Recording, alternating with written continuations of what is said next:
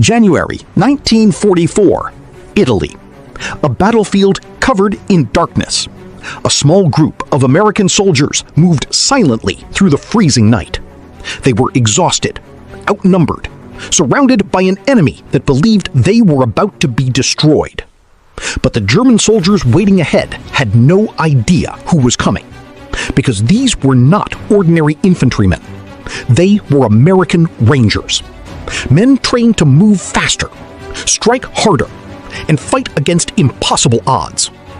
The Germans had already faced some of the most powerful armies in Europe, but that night they were about to discover something they would never forget. The Americans they were hunting were the same men sent to hunt them. So who were these soldiers? And why did the name U.S. Rangers become a nightmare for German troops? By early 1944, World War II had become a war of endurance.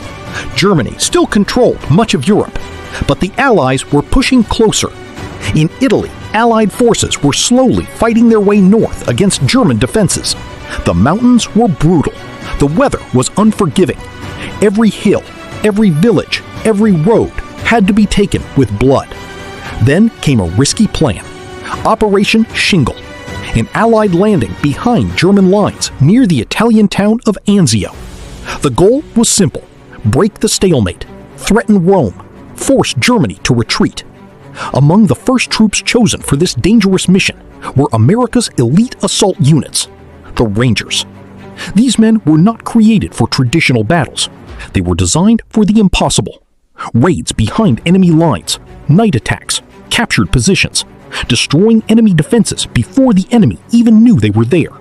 They carried lighter equipment, moved faster, and accepted missions that many soldiers considered suicide. Their motto was simple: Rangers lead the way. But at Anzio, they were about to face their greatest test. When the Rangers landed at Anzio, they expected movement. They expected a breakthrough.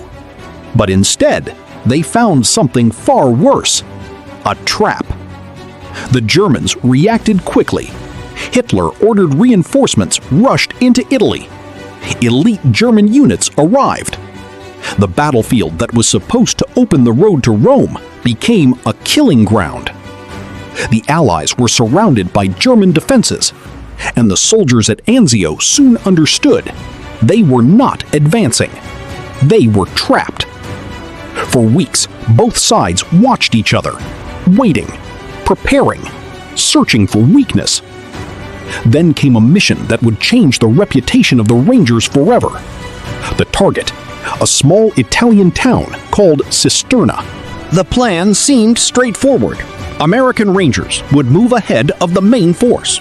They would infiltrate German positions, capture key ground, and open a path for the Allied attack. It was exactly the type of mission Rangers were built for. Move quietly, hit suddenly, disappear before the enemy could react. But war has a way of destroying perfect plans. The Rangers moved through the darkness. Every step could reveal their position. Every sound could bring German fire. They were deep behind enemy lines. But something was wrong. Something they did not know yet. The Germans were not retreating. They were preparing. Because waiting ahead was not a small defensive force. It was a massive German counterattack. Before sunrise, the Rangers discovered the truth. They were surrounded. German troops appeared from every direction. The Americans had walked directly into a trap. The enemy had tanks, artillery, and thousands of soldiers. The Rangers had only a fraction of that strength. For most units, this would have been the moment to surrender. But Rangers were trained differently. They fought. Small groups formed defensive positions. Ammunition ran low. Communication collapsed. Men fought from ditches, behind walls, inside abandoned buildings. The battlefield became chaos. German soldiers expected the Americans to break. Instead, they found soldiers who refused to disappear. A German officer later described American Rangers as aggressive fighters who continued attacking even when surrounded. Because that was the Ranger mentality. The mission came first. The man beside you came first. Giving up was never an option. But then came the moment nobody expected. The Germans began closing the circle. The Rangers were not fighting to win anymore. They were fighting to survive. For 2 days, the Rangers held on. Hungry, exhausted, running out of ammunition. Some wounded soldiers continued fighting. Others refused evacuation because they did not want to leave their comrades behind. But the German force was simply too large. The Rangers had entered Cisterna with hundreds of men. Only a handful escaped. Many were killed. Many were captured. The battle was a devastating defeat. But something unexpected happened. The Germans learned something. The Rangers were not dangerous because they were invincible. They were dangerous because they kept fighting when victory was impossible. They were soldiers who refused to believe they were beaten. The Battle of Cisterna became one of the darkest chapters in Ranger history, but it also became part of their legend, because history does not only remember victories.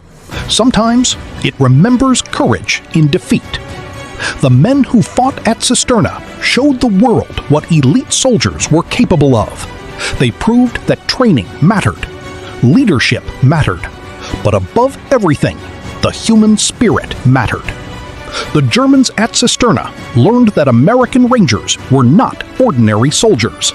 They were men who walked into impossible situations and fought anyway.